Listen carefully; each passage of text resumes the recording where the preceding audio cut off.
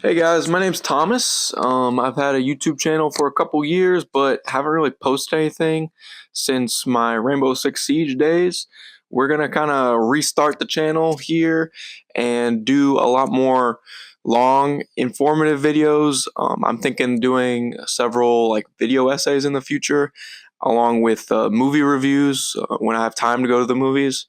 I'm a full-time college student, so sometimes that's not always available to me. But when I do, I like to do some post interviews on movies.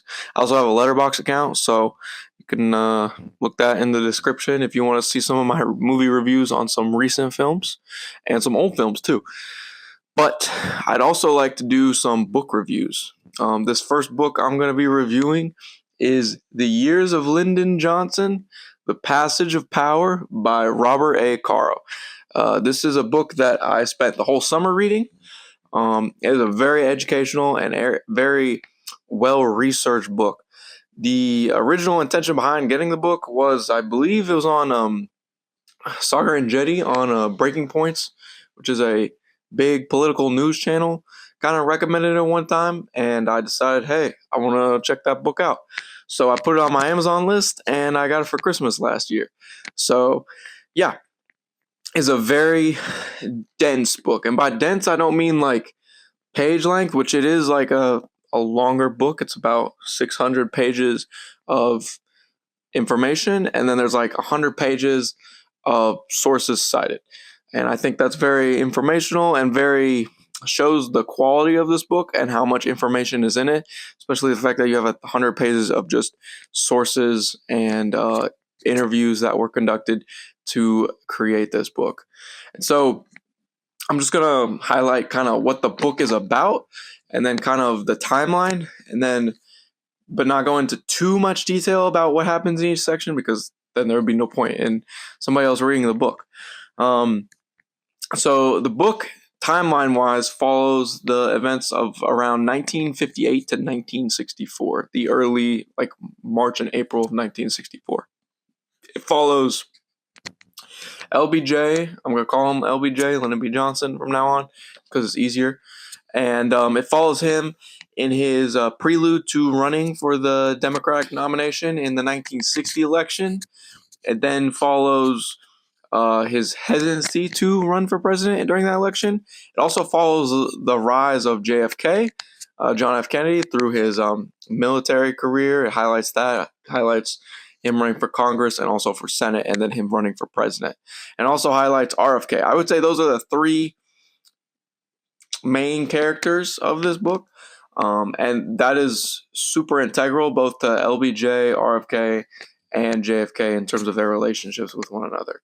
And one of those highlights of those first early years is that relationship JFK had with Robert, and also the relationship RFK had with LBJ, which was very hostile. And you understand and see how that hostility came to be, and how throughout the book it affects their relationship with each other, and also how JFK perceived LBJ. So you go through that. You go through the Democratic nomination at the 1960 DNC, and then you go into the years as LBJ is vice president for JFK, and how he was a part of that White House, and also how he was kind of separated from the White House in terms of his responsibilities as vice president. You get a real look into how that affected him, like from a mental perspective, and how it kind of made him sad and kind of depressed because he didn't really have anything to do and he wasn't really in an authoritative or leadership position. And highlights, you have to remember that before he was vice president, he was the head of the Democratic Party in the Senate, which was basically during the Eisenhower years, like he was the guy you had to go through to get anything passed. So he was arguably the second most powerful man in the country. So going from that to vice president, who doesn't have really any power, it's more of a, I don't know, like a position that only becomes important if the president dies. So you get to see that. You also get to see through this vice presidency a key highlight that I think affects LBJ's history, especially when he becomes president, that isn't really addressed in the book, but at least you start to understand his foreign policy perspective is the Cuban Missile Crisis and how he perceived those events and what he would have done versus what happened with JFK and RFK, kind of their ideology and what they perceived as effective foreign policy during that decision-making crisis and also throughout the JFK presidency. So it's a very good insight into how LBJ's perception of that event affected his perception of Vietnam and what would later become the Vietnam War. So that's really integral also and a highlight of the story that I think a lot of people don't remember from history. And then you obviously get into the JFK assassination and LBJ's point of view during that assassination, and then everything that happens after the assassination, what happened on Air Force One, the swearing in, Jackie Kennedy right next to him. All that is addressed in the book. And there's a lot of other things that happened during that time period that I didn't really know about.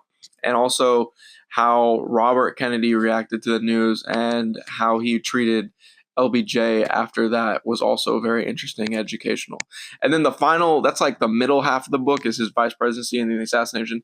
And the final half of the book is LBJ becoming president and his effectiveness as a leader and a passer of legislation within a short 3 to 4 month time period. And it shows how effective he was at understanding how both Congress, in terms of the House of Representatives, and the Senate worked. And it shows how he knew who had the power in both areas, in both the House and the Senate, and his relationship with them, and how he was able to use that and use exploit their weaknesses to pass the bills that need to be passed.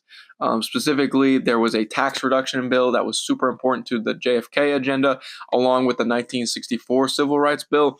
And both those bills, in my opinion, and based off this book, would not have passed if LBJ wasn't president. And that's another thing. They highlight the weaknesses and strengths of both LBJ, RFK, and JFK. And so JFK was not a very effective understander of legislation, how to push it.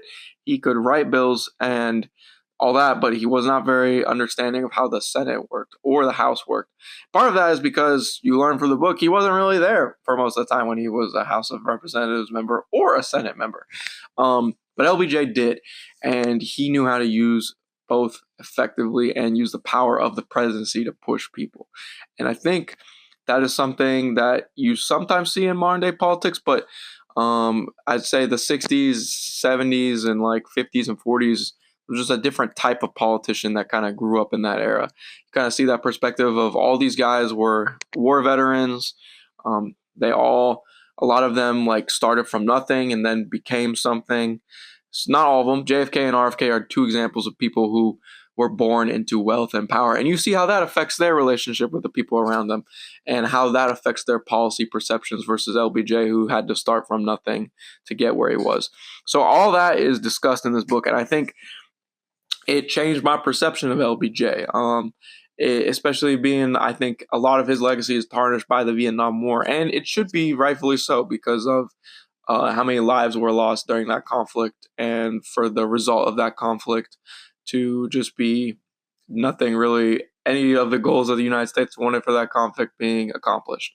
But I think another thing that highlights is that LBJ was just a man. At the end of the day, sometimes we perceive these leaders, presidents, kings, prime ministers, revolutionary leaders, all that, we perceive them as almost more than just a human being, as like higher figure of royalty, of especially with JFK, they talk about like him as like this, like Camelot, like he was some kind of king. This was like a dynasty of this like royal family. All these guys were just men. At the end of the day, they're just men. They made good decisions, they made bad decisions, but at the end of the day, they made human decisions. And I think this book really highlights that.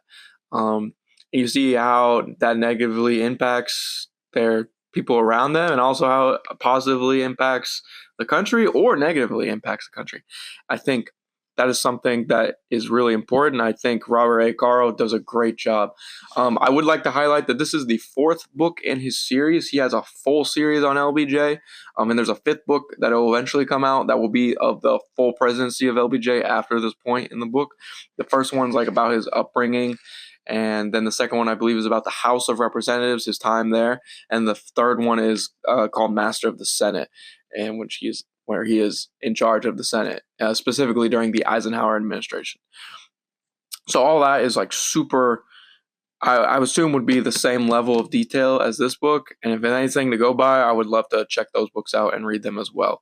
And like I highlighted in the beginning, so one of the coolest things about this book is there's like over 100 pages of information and text within here that I think is just super awesome that he included all the things he cited, but also highlights to you how much time and effort he spent into finding all that information and interviewing all the people to create a book that is history but feels like a story. And I think that's a really cool way of telling history, because everything that happens in this book happened, and all the interviews and stuff enhance that experience and create almost this like crazy, like super dramatic, cinematic moment that you almost feel like you're watching a movie at times, because you're like, this, there's no way this how it happened. But the way he tells it is just beautifully crafted.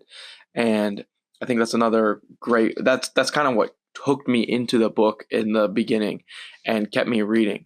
So yeah, it's just a great book. I would give it like I'd give it a 9 out of 10 in terms of my overall rating score. And I would highly recommend picking this book up. It's available on Amazon. I'm sure you can find it on other book locations as well. And yeah, that's my review of The Passage of Power.